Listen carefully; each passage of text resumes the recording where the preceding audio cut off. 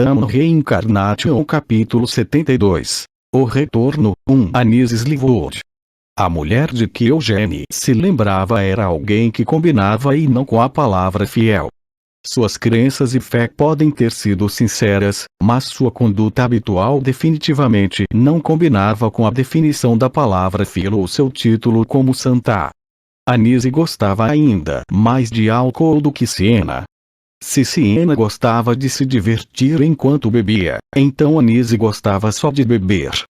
Ela sempre carregava uma pequena garrafa de vinho com ela, mas insistia que o líquido contido nela era água benta e não álcool. Ela tinha uma aparência santa, no entanto. Sempre que se deparava com muitos cadáveres, Anise se ajoelhava e oferecia uma oração. Amiel costumava se perguntar se havia algum significado em orar por um cadáver que já havia falecido há muito tempo. Os cadáveres já haviam se decomposto, então suas almas já haviam partido ou se tornado um brinquedo para o povo demônio. Anise devia saber esses fatos melhor do que ninguém. Mesmo assim, não deixava de orar por eles. Mesmo que não tivesse outro significado além de prestar seus respeitos, Anise ainda rezaria para que a pessoa falecida encontrasse sua paz e descanso. Anise sempre foi uma grande beberrona, mas sempre que passavam por um monte de cadáveres, ela bebia ainda mais do que costumava.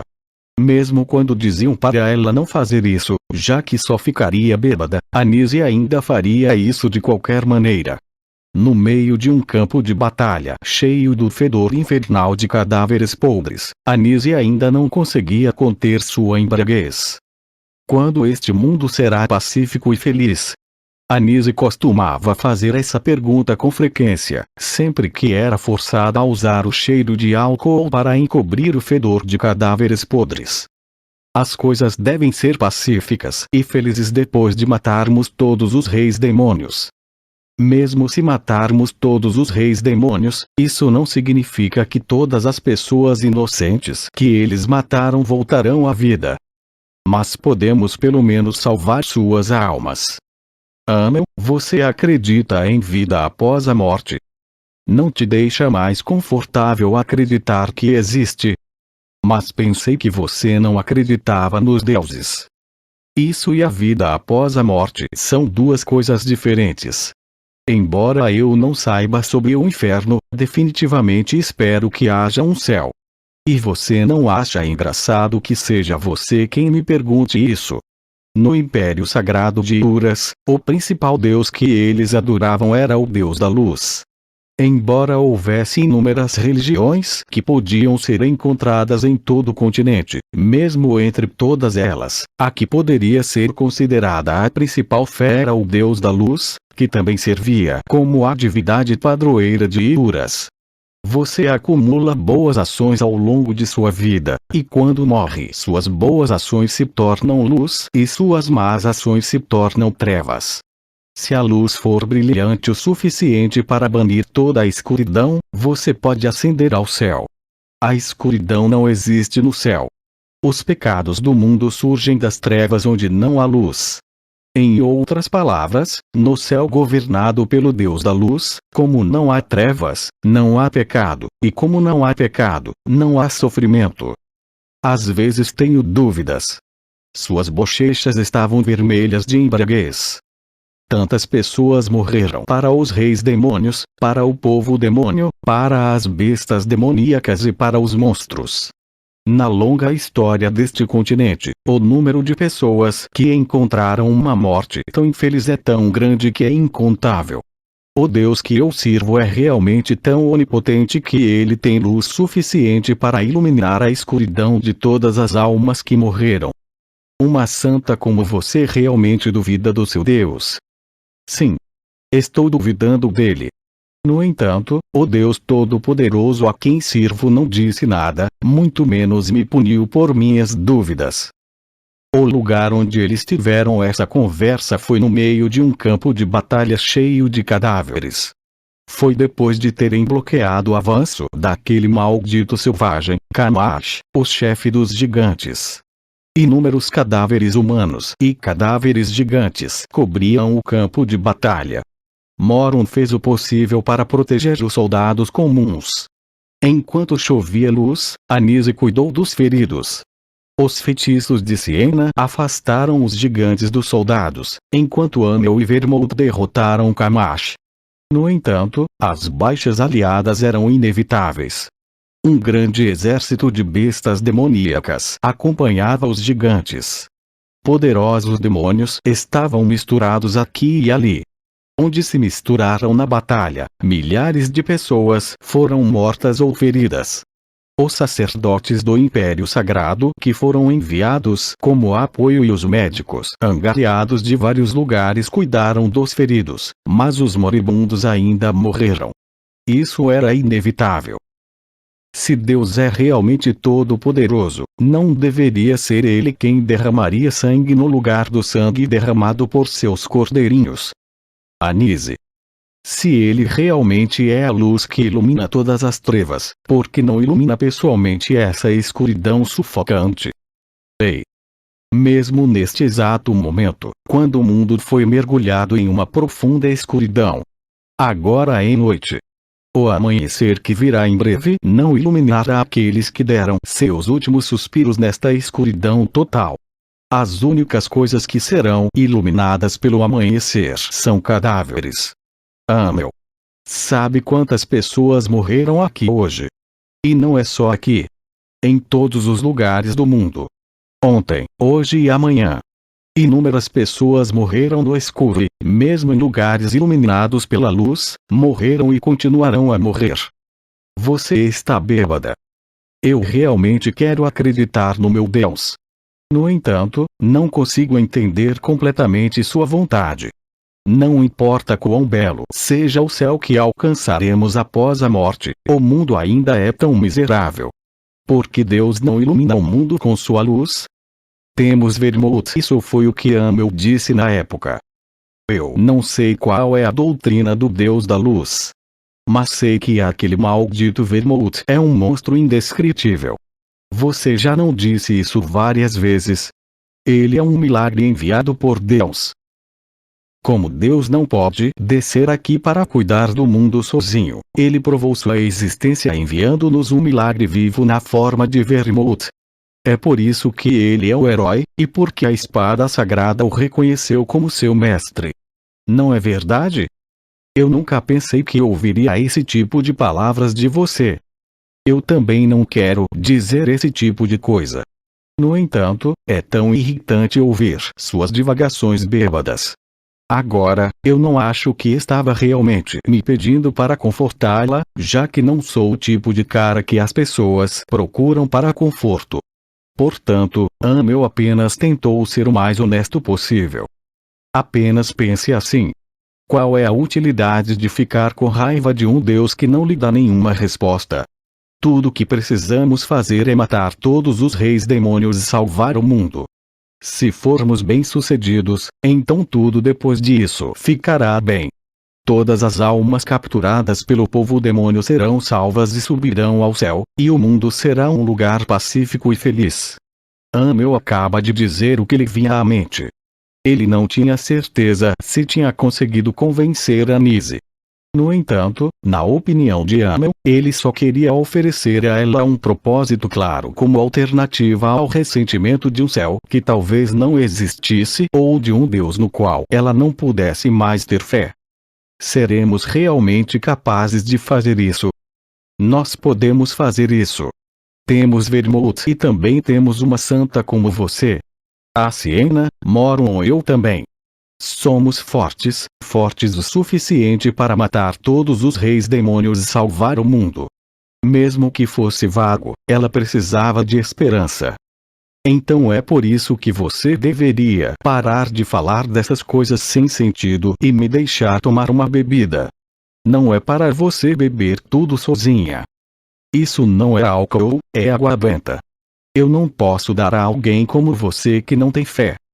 Eu também vou me tornar um crente do Deus da luz a partir de hoje, então dê aqui. A falsa fé é um crime mais pesado do que qualquer outro pecado. Como alguém que foi chamada de santa, não posso oferecer nenhuma graça a quem tem falsas crenças. No final, Anise não lhe deu nenhuma única gota de álcool naquele dia. Aquela mulher parecida com uma cobra. Era assim que Amel e Siena costumavam chamar Anise. Ela tinha um temperamento ruim que não se encaixava com sua imagem de santa e, embora fosse fiel, também tendia a quebrar casualmente as regras doutrinárias. No entanto, quando necessário, ela era fiel o suficiente para ser chamada de santa, e sua magia divina brilhava mais forte do que a de qualquer outro sacerdote. Ela também secretamente, não, na verdade, Anise tinha o hábito flagrante de mexer com as pessoas. Com exceção de Vermouth, todos sofreram em suas mãos mais de uma vez. Quando Moron, que sempre corria à frente do grupo, teve suas pernas cortadas, Anise uma vez trocou os dois membros enquanto os recolocava para tentar consertar o mau hábito dele. Entre os muitos sacerdotes existentes, apenas Anise era capaz de realizar o milagre de recolocar partes do corpo decepadas. Ela esperava que essa brincadeira mudasse o hábito de Moron de sempre correr na frente, mas acabou que Moron era capaz de correr muito bem mesmo com as pernas do lado errado. Coloque direito as pernas desse maldito. Para isso, precisamos cortar as pernas dele mais uma vez. Eu estou bem com minhas pernas assim. Ainda posso correr muito bem, e também posso lutar bem. Não diga essas bobagens. Sempre que você ocasionalmente tropeçar, quem serei atingido? Venha aqui, eu vou cortá-las de uma só vez. Não quero. Siena. Coloque esse maldito para dormir. Eventualmente, o poderoso feitiço de sono de Siena conseguiu colocar Moron para dormir, durante o qual Amel cortou as pernas dele. Que vadia nojenta! Embora não tenha sido tão ruim assim, Amel também sofreu na mão de Anise algumas vezes. Certa vez, ele conspirou com Siena para roubarem a água benta de Anise e beberem tudo sozinhos. Em retaliação, Anise esperou até que fosse sua vez de cozinhar e, depois que terminaram de comer, ela riu e disse a eles que o ensopado de Siena e Amel havia sido fervido com urina de monstro. Se Moron não tivesse intervindo para detê-los, Siena, Amel e Anise realmente teriam lutado até que um deles morresse. Ao se lembrar daquela vez, Eugênie sorriu amargamente. Terra Santa da Luz, Ogani. Fora da cidade, havia uma estátua de Anise ajoelhada e rezando. O rosto da estátua estava quase coberto por um grande capuz e não tinha muita semelhança com a aparência dela que Eugênie se lembrava. Dito isto, tinha um sentimento sagrado. Mesmo Eugênie, que não acreditava no Deus da Luz, sentiu uma aura sagrada da estátua, então os verdadeiros seguidores da luz devem ter ficado impressionados com ela. Ao redor da estátua havia, é claro, crentes e uras, mas membros da Igreja da Luz de diversos países encontraram seu caminho até ali para se ajoelhar e orar. Eugênie olhou por cima deles enquanto se virava. Fazia uma semana desde que chegou em Ogani. Eugênie não conseguiu encontrar nada ali. Ele pensou que Anise talvez tivesse deixado uma pista, mas não conseguiu identificar nada parecido. Era como em Arot. Exatamente como os magos de Arot se sentiam em relação a Siena, os crentes e uras também queriam desesperadamente encontrar Anise. Se as duas realmente deixaram algo para trás, então alguém já deveria ter descoberto. Eu esperava que as pistas delas pudessem aparecer em resposta à minha alma, mas nada disso havia acontecido. Essa estátua estava localizada no local onde Anise havia feito uma oração há centenas de anos antes de partir para o outro lado do deserto. Os registros da jornada de Anise terminaram ali. Depois disso, Yuras despachou várias missões para perseguir o rastro dela, mas no final, nunca foi encontrada.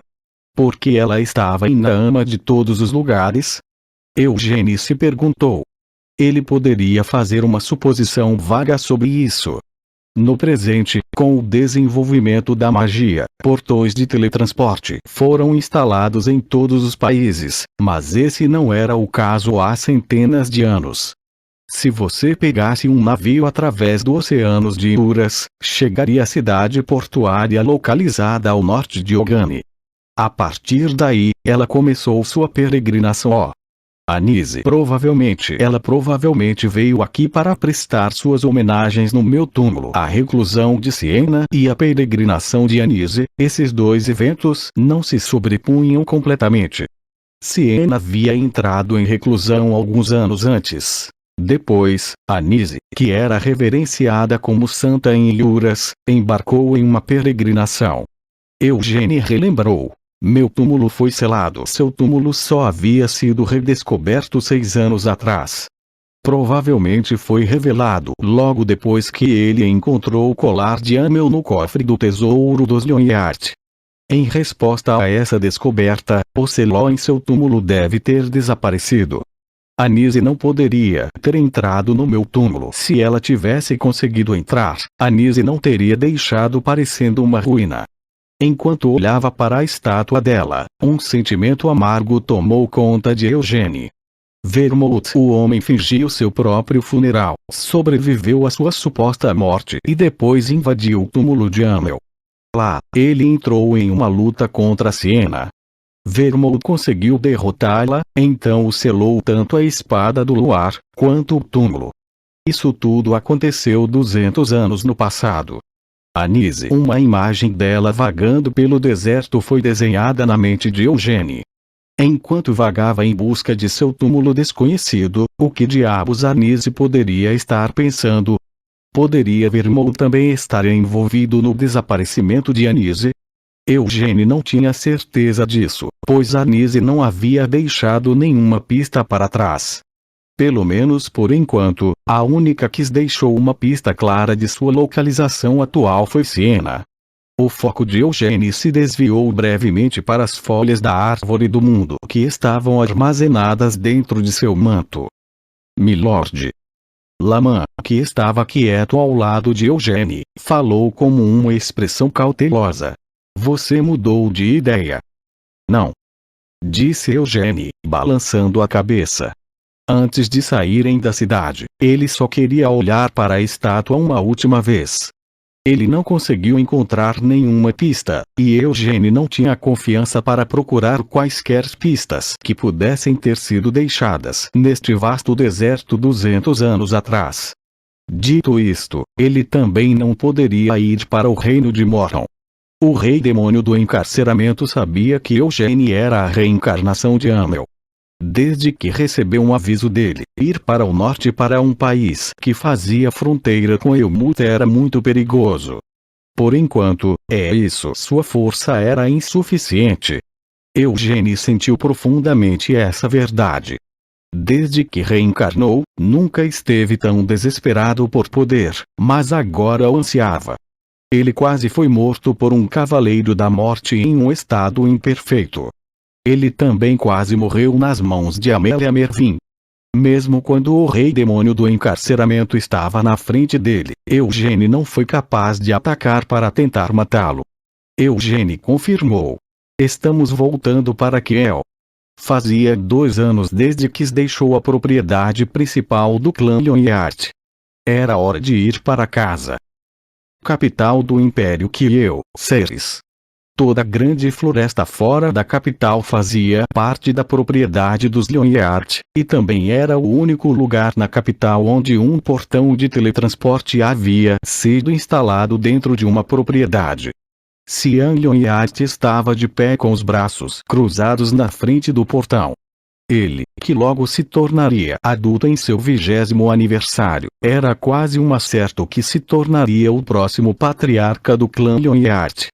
No entanto, Sian não podia aceitar esse fato, nem poderia apreciá-lo.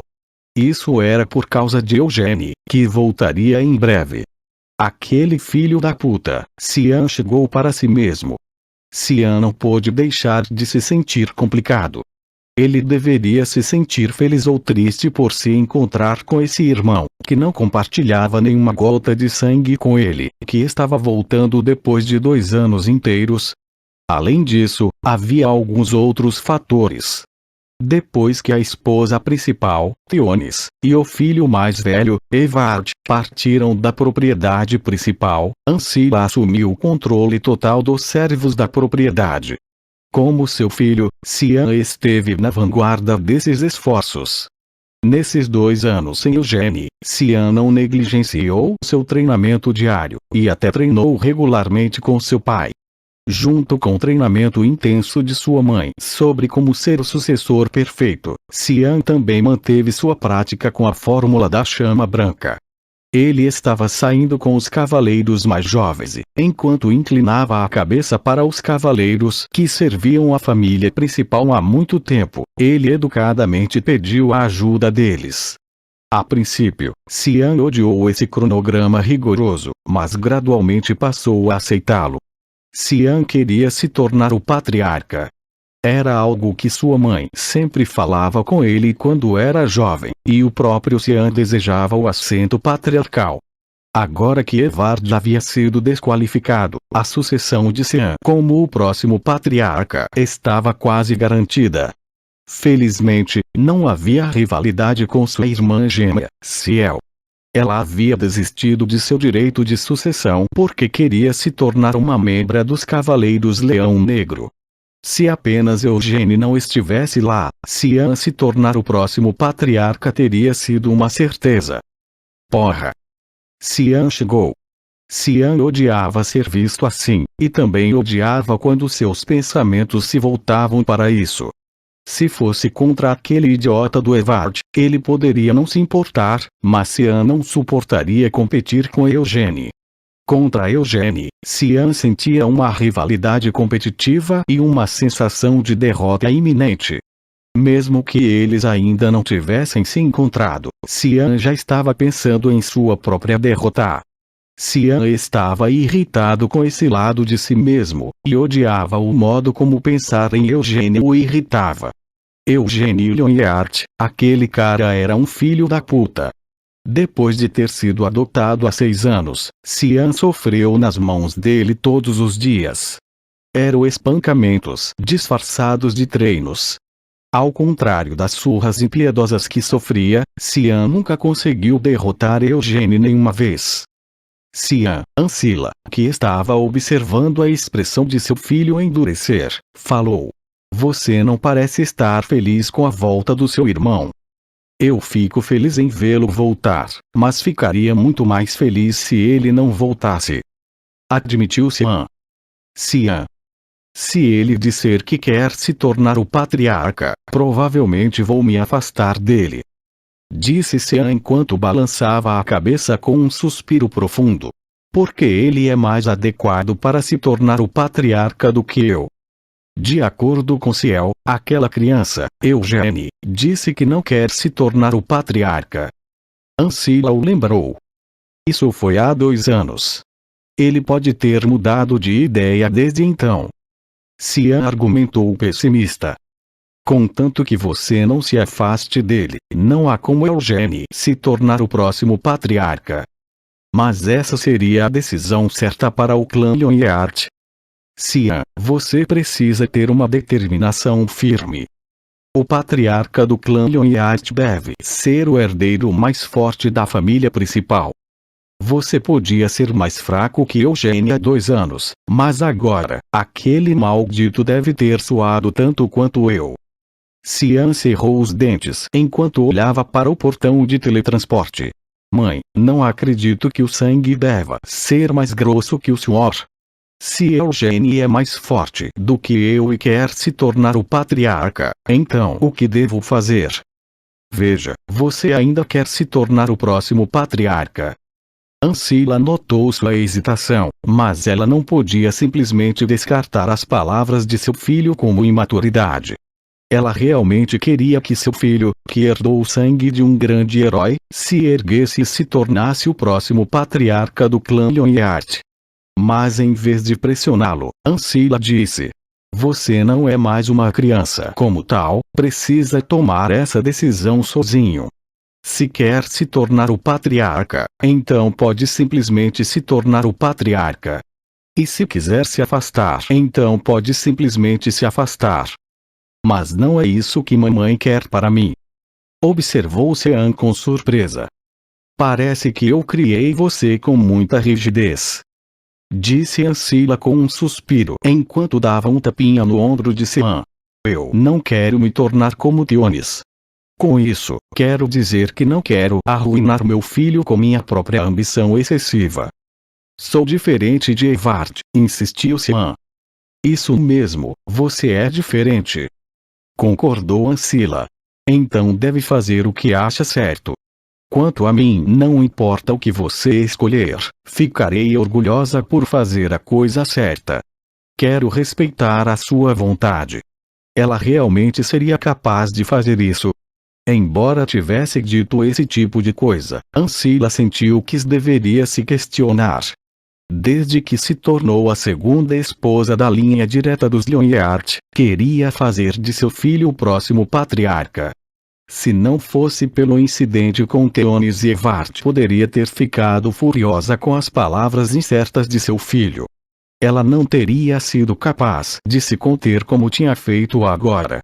Foi porque ela viu como a intromissão presunçosa e a teimosia de uma mãe podem arruinar seu filho.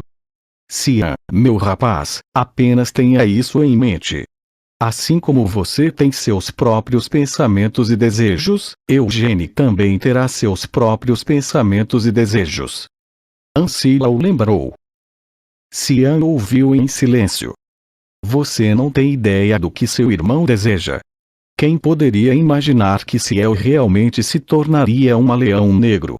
Nem eu, mãe de Ciel, nem você, gêmeo de Ciel, sabíamos dos desejos dela. Meu irmão, isso mesmo. Eugênie é seu irmão. Mesmo que vocês não compartilhem nenhum sangue, ainda são irmãos. É por isso que devem se encontrar e conversar um com o outro antes de decidir qualquer coisa. O sucessor do patriarca não será tarde demais para decidir quem será depois que você tiver uma conversa. Sim. Sean lentamente acenou com a cabeça. Parecia que ele estava um pouco mais tranquilo. Vamos ver o quão mais forte você ficou. O portão de teletransporte começou a brilhar. Sean aguçou o olhar e esperou que Eugênie saísse de lá.